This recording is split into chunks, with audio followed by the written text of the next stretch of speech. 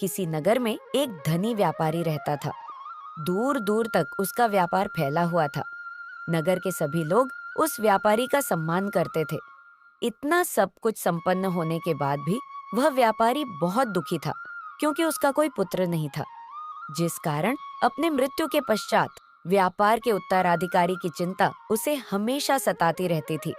पुत्र प्राप्ति की इच्छा से व्यापारी प्रत्येक सोमवार भगवान शिव की व्रत पूजा किया करता था और शाम के समय शिव मंदिर में जाकर शिव जी के सामने घी का दीपक जलाया करता था।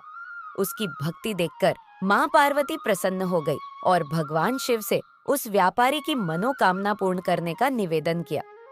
भगवान शिव बोले, इस संसार में सबको उसके कर्म के अनुसार फल की प्राप्ति होती है। जो प्राणी जैसा कर्म करते हैं उन्हें वैसा ही फल प्राप्त होता है। शिव जी द्वारा समझाने के बावजूद माँ पार्वती नहीं मानी और उस व्यापारी की मनोकामना पूर्ति हेतु वे शिव जी से बार बार अनुरोध करती रही। अंततः माता के आग्रह को देखकर भगवान भोलेनाथ को उस व्यापारी को पुत्र प्राप्ति का वरदान देना पड़ा।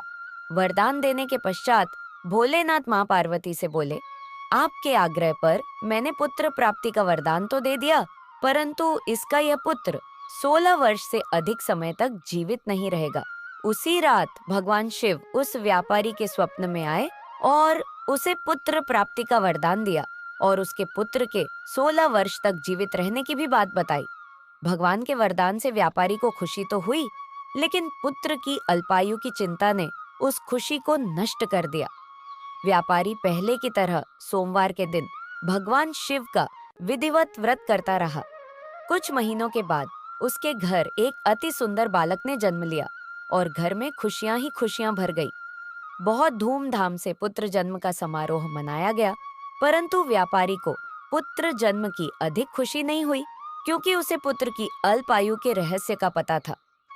जब पुत्र 12 वर्ष का हुआ तो व्यापारी ने उसे उसके मामा के साथ पढ़ने के लिए वाराणसी भेज दिया। लड़का अपने मामा के साथ शिक्षा प्राप्ति हेतु चल दिया। रास्ते में जहां भी मामा भांजे विश्राम हेतु रुकते, वहीं यज्ञ करते और ब्राह्मणों को भोजन कराते। लंबी यात्रा के बाद मामा भांजे एक नगर में पहुंचे। उस दिन नगर के राजा की कन्या का विवाह था, जिस कारण पूरे नगर को सजाया गया था।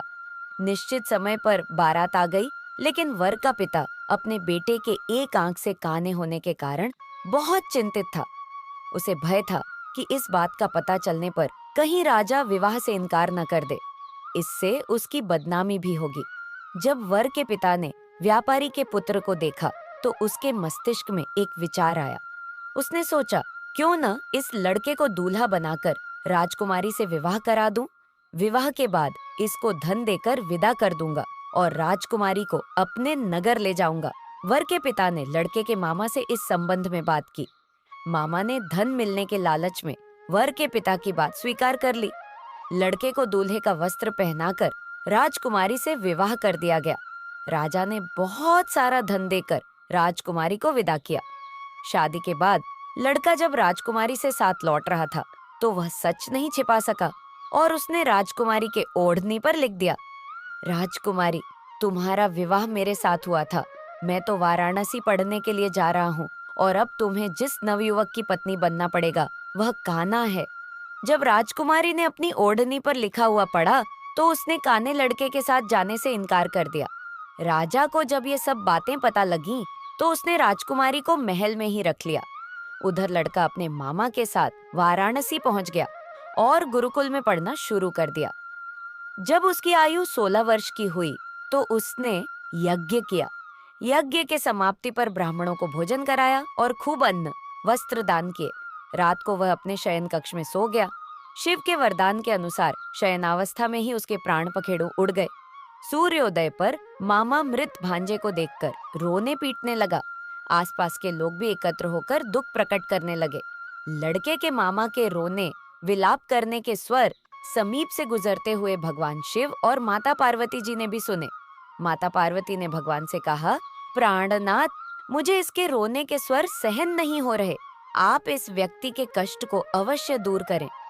भगवान शिव ने माता पार्वती के साथ अदृश्य रूप में समीप जाकर देखा तो भोलेनाथ माता पार्वती से बोले, यह तो उसी व्यापारी का पुत्र है जिसे मैंने 16 वर्ष की आयु का वरदान दिया था, इसकी आयु पूरी हो गई है। माँ पार्वती ने फिर भगवान शिव से निवेदन कर उस बालक को जीवन देने का आग्रह किया। माता पार्वती के आग्रह पर भगवान शिव ने उस लड़के को जीवित होने का वरदान दिया और कुछ ही पल में वह जीवित होकर उठ बैठा। शिक्षा समाप्त करके लड़का मामा के साथ अपने नगर की ओर चल दिया। दोनों चलते हुए उसी नगर में पहुंचे जहां उसका विवाह हुआ था। उस नगर में भी यज्ञ का आयोजन किया।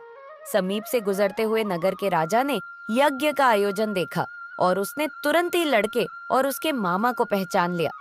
यज्ञ के समाप्त होने पर राजा मामा और लड़के को महल में ले गया और कुछ दिन उन्हें महल में रखकर बहुत सा धन, वस्त्र आदि देकर राजकुमारी के साथ विदा कर दिया। इधर भूखे प्यासे रहकर व्यापारी और उसकी पत्नी बेटे की प्रतीक्षा कर रहे थे। उन्होंने प्रतिज्ञा कर रखी थी कि यदि उन्हें अपने बेटे की मृत्यु का समाचार मिला तो दोनों अपने प्राण त्याग देंगे। परंतु जैसे ही उसने बेटे के जीवित वापस लौटने का समाचार सुना तो वह बहुत प्रसन्न हुआ। वह अपनी पत्नी और मित्रों के साथ नगर के द्वार पर पहुंचा। अपने बेटे के विवाह का समाचार सुनकर पुत्रवधू राजकुमारी को देखकर उसकी खुशी का ठिकाना न रहा। उसी रात भगवान शिव ने व्यापारी के स्वप्न में आकर कहा, हे श्रेष्ठी, मैंने तेरे सोमवार के व्रत करने और व्रत कथा सुनने से प्रसन्न होकर तेरे पुत्र को लंबी आयु प्रदान की है। पुत्र की लंबी आयु जानकर व्यापारी बहुत प्रसन्न हुआ। शिव भक्त होने तथा सोमवार का व्रत करने से व्यापारी की सभी मनोकामनाएं पूर्ण हुई। इसी प्रकार जो भक्त सोमवार का विधिवत व्रत करते हैं और व्रत कथा सुनते हैं, उनकी सभी इच्छाएं पूरी होती हैं। जय हो भोलेनाथ। आपको ये वीडियो अच्छी लगी तो मेरे वीडियो को एक लाइक करें और मेरे चैनल को सब्सक्राइब करें। धन्यवाद।